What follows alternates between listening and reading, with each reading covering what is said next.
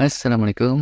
Ada ya yang komentar sama kanal kita. Dibilangnya gini, yang diidolakan oleh kanal sini kok banyak kan aki-aki bro. Wah, Leroy Hood yang udah 80 lebih, Daniel Lieberman, Dr. Osumi, seterusnya.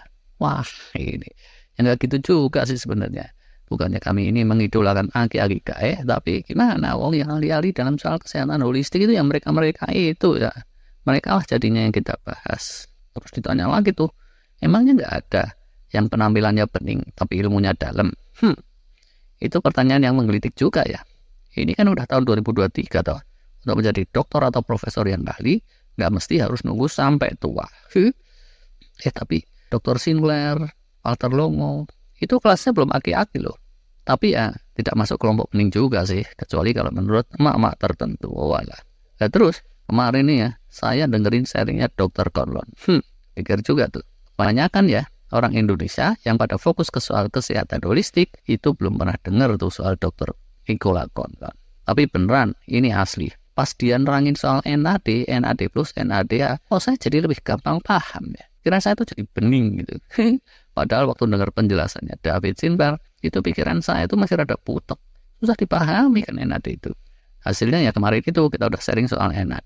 Dr. Conlon ini agak unik tuh. Tidak mustahil ya beberapa tahun ke depan dia bisa jadi superstarnya soal kesehatan dan anti-aging kayak David Sinclair atau Walter Longo atau Jason Fung atau lebih lagi dari itu. Bayang nggak sih orang kalau belajar soal anti penuaan kesehatan holistik terus gurunya Leroy Hood, Aubrey de Grey yang brewo, Yoshinori Osumi yang udah tuir juga, Robert Lustig, Daniel Lieberman. Rasa rada susah nangkepnya kan ya. Robert Lustig yang kemarin kita bahas, pakar obesitas tapi dia sendiri kelebihan bobot.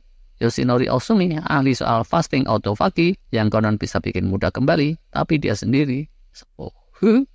Rada mending sih kalau Shinya Yamanaka yang orang Jepang, David Sinclair yang orang Australia Amerika, Walter Longo yang Italia Amerika, atau Jason Fung orang Kanada yang turunan Asia. Mereka belum kelihatan semrawut gitu.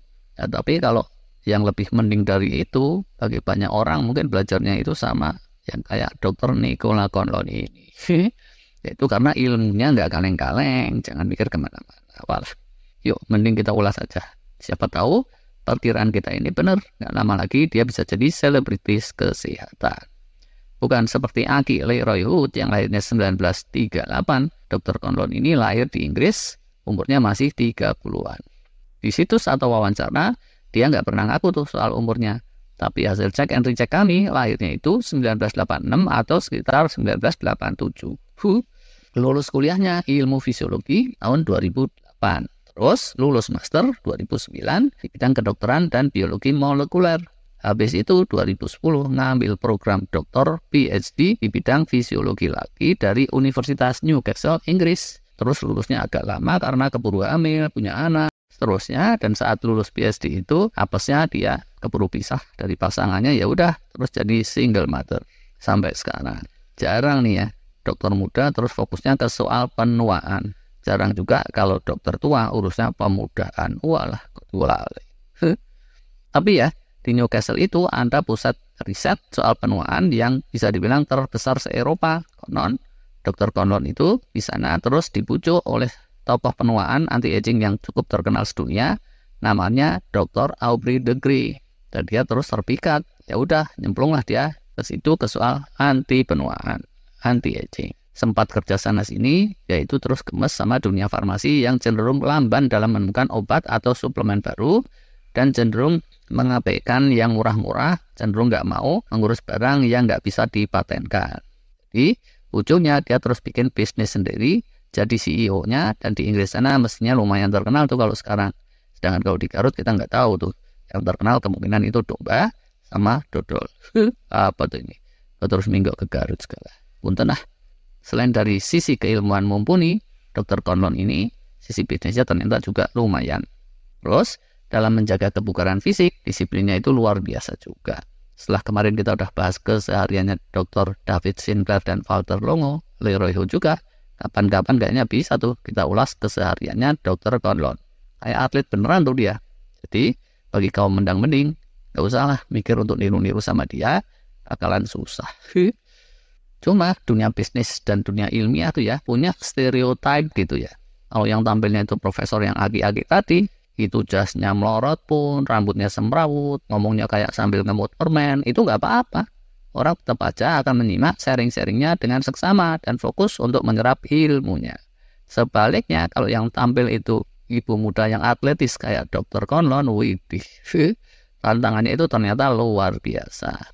Menurut saya nih ya, pendapat-pendapat ilmiah itu dalam loh. Neranginnya juga itu jelas, sistematis, dan enak diikuti. Tapi, begitu rekamannya tayang, Masya Allah, komentarnya itu bikin dia tepok jidat. Itu mestinya ya, Dr. Konon presentasinya jangan pakai legging hitam kayak gitu dong, bla bla bla. Dandanannya terlalu begini, terlalu begitu, dan seterusnya. Malah soal dandanannya bro, yang dikomentari berbalas-balasan. Capek nggak sih? Kayak gitu tuh, dia bilang dulu-dulu pertamanya, nggak tahu kalau sekarang. Sering juga dia dikira sekedar sekretaris yang bagian bawain tas bubrak.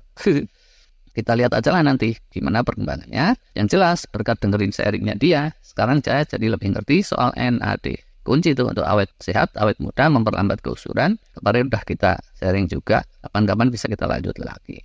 Kemarin tuh saat kita membahas NAD ya, yang nonton dikit loh, belum pada ngerti kali ya. Kalau NAD itu begitu penting, atau bisa juga orang malas nontonnya itu, karena yang neranginnya manusia kartun kayak saya gini, dan bukannya yang langsing atletis kayak Dr. Nicola Conlon. Gitu deh. Kalau ada yang mau dengerin langsung Nicola Conlon, silakan aja di searching. Atau kalau buat yang udah nonton ingin menyampaikan pendapat, silakan aja komen di sini. Terima kasih.